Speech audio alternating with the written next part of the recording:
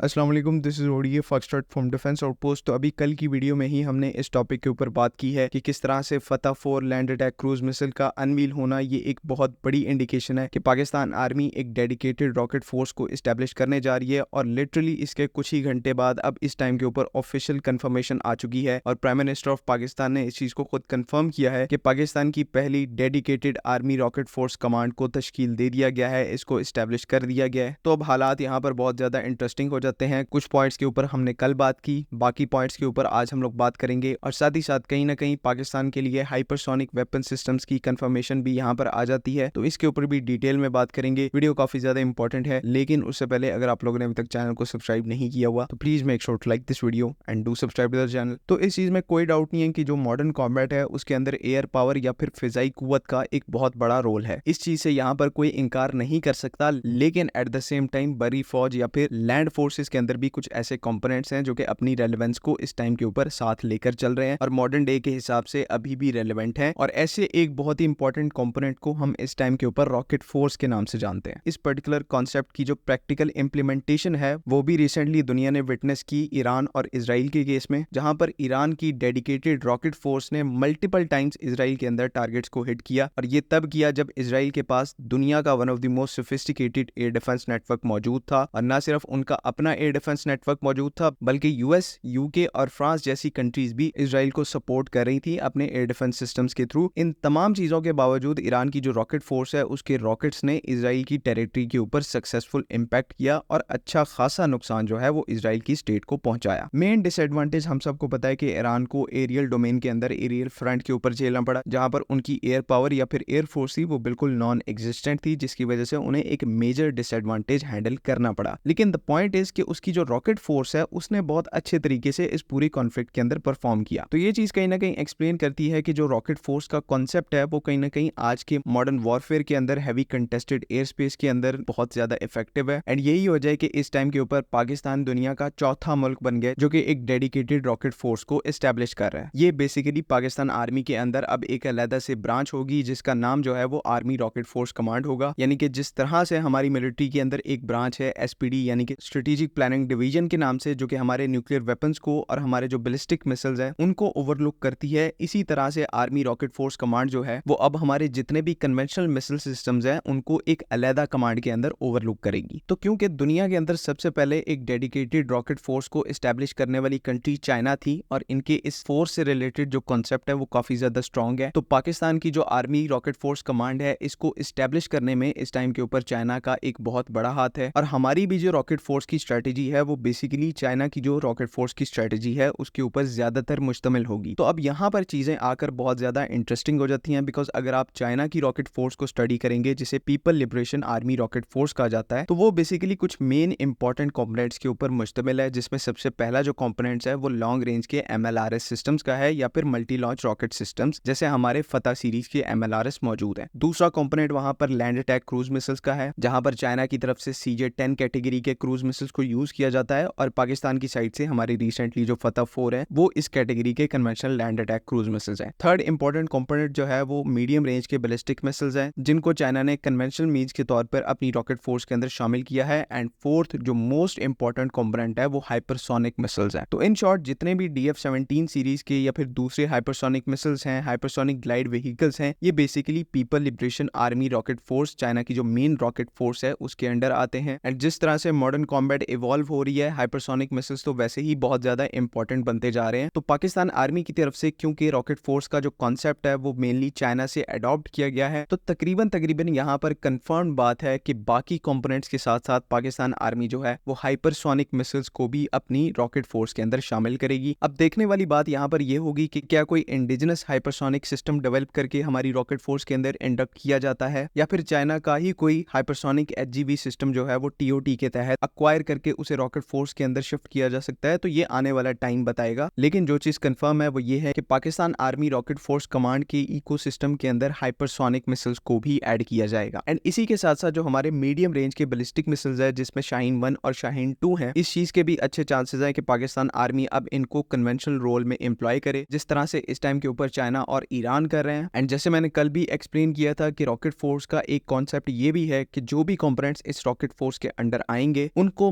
मास produce करके hundreds के number में सर्विस के अंदर इंडक्ट किया जाएगा। स्पेशली जो subsonic land attack cruise missiles हैं और ये जो मीडियम कैटेगरी की बैलिस्टिक मिसाइल्स हैं, इनको बड़ी तादाद में प्रोड्यूस करके रॉकेट फोर्स के अंदर इंडक्ट किया जाएगा। तो इन शॉर्ट पाकिस्तान के पास पहले ही एरियल डोमेन के अंदर अनमैच्ड कैपेबिलिटी एग्जिस्ट करती है। हमारी जो एयर फोर्स है वो लिटरली इस रीजन के अंदर उसकी जो कैपेबिलिटीज है वो बिल्कुल ही अनमैच्ड है। एंड इसी को कॉम्प्लीमेंट करते हुए अगर पाकिस्तान एक केपेबल रॉकेट फोर्स को भी एस्टेब्लिश कर लेता है तो आप अंदाजा नहीं लगा सकते कि किस टाइप का एडवांटेज जो है पाकिस्तान पोजेस करेगा बैटलफील्ड के ऊपर। एंड मई के स्टैंड ऑफ में तो सिर्फ पाकिस्तान की साइड से मल्टी लॉन्च रॉकेट सिस्टम्स को यूज किया गया था। जस्ट थिंक अबाउट इट कि अगली बार पाकिस्तान अपनी रॉकेट फोर्स को अगर पूरे तरीके से यूटिलाइज करता है तो यहाँ पर इंडियन साइड को किस हिसाब का डैमेज देखने को मिलेगा। उम्मीद है कि यहाँ पर तमाम चीजें क्लियर हैं। जाने से पहले सब हमवतनों को 14 अगस्त की ढेरों मुबारकबाद। अल्लाह ताला आपको और इस मुल्क को अपने हिफ्ज़-ओ-अमान में रखे। हुब्बुल वतन मिनल ईमान। अल्लाह हाफिज। पाकिस्तान जिंदाबाद।